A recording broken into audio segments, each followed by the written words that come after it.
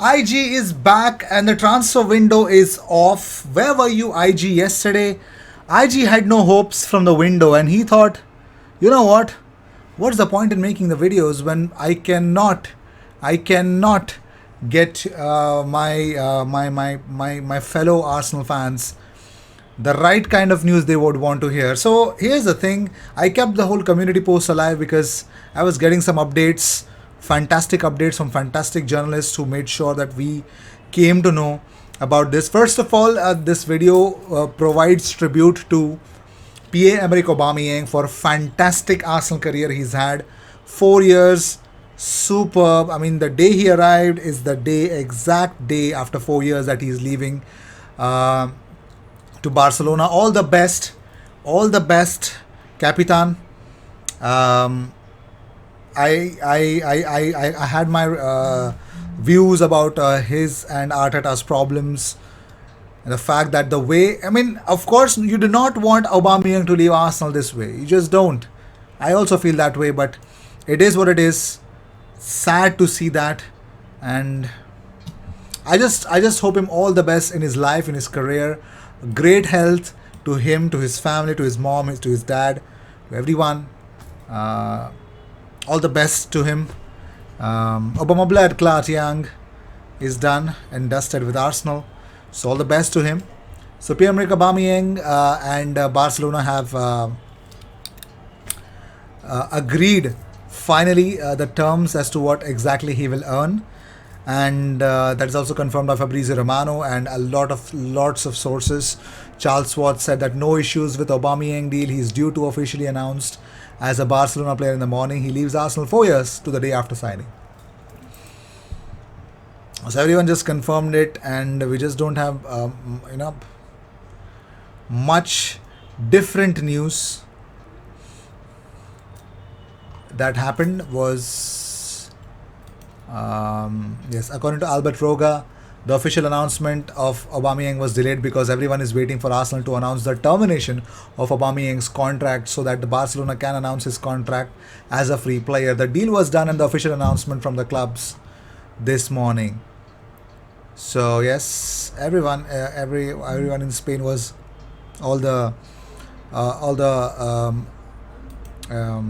journalists were super active in letting us know that this happened.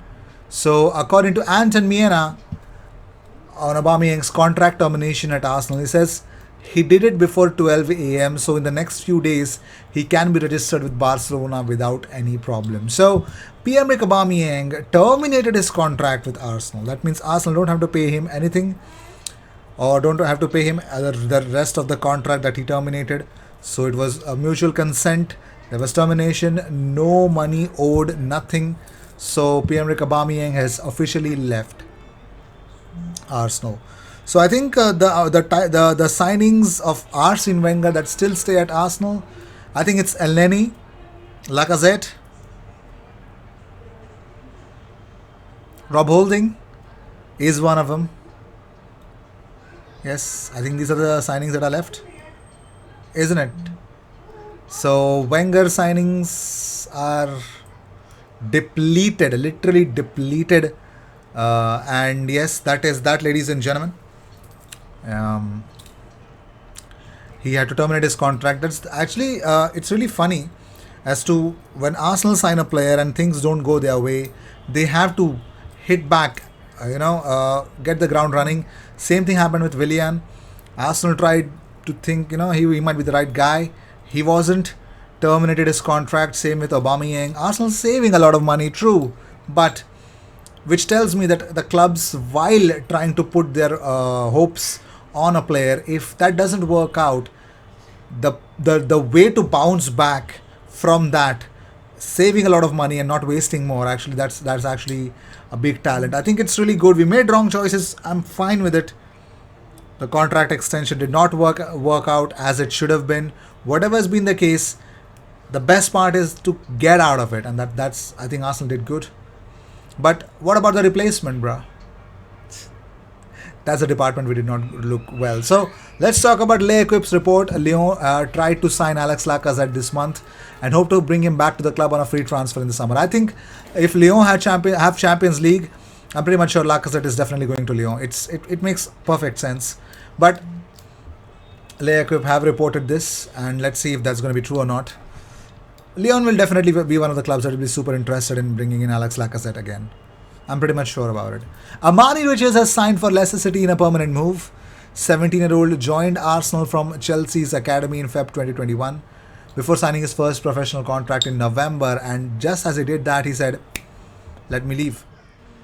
Very well. So Arsenal, it's not that Arsenal have not made a signing on the deadline day. Austin Trusty, who is a centre back and plays for Colorado Rapids, which is one of the clubs owned by Stan Kroenke. So he joins Arsenal. Yes, Arsenal have made a centre back signing in Austin Trusty. Very interesting player. Is I think United States of America's under 20 player. Good. And but he will join Arsenal only in the summer. So yes, congratulations to him.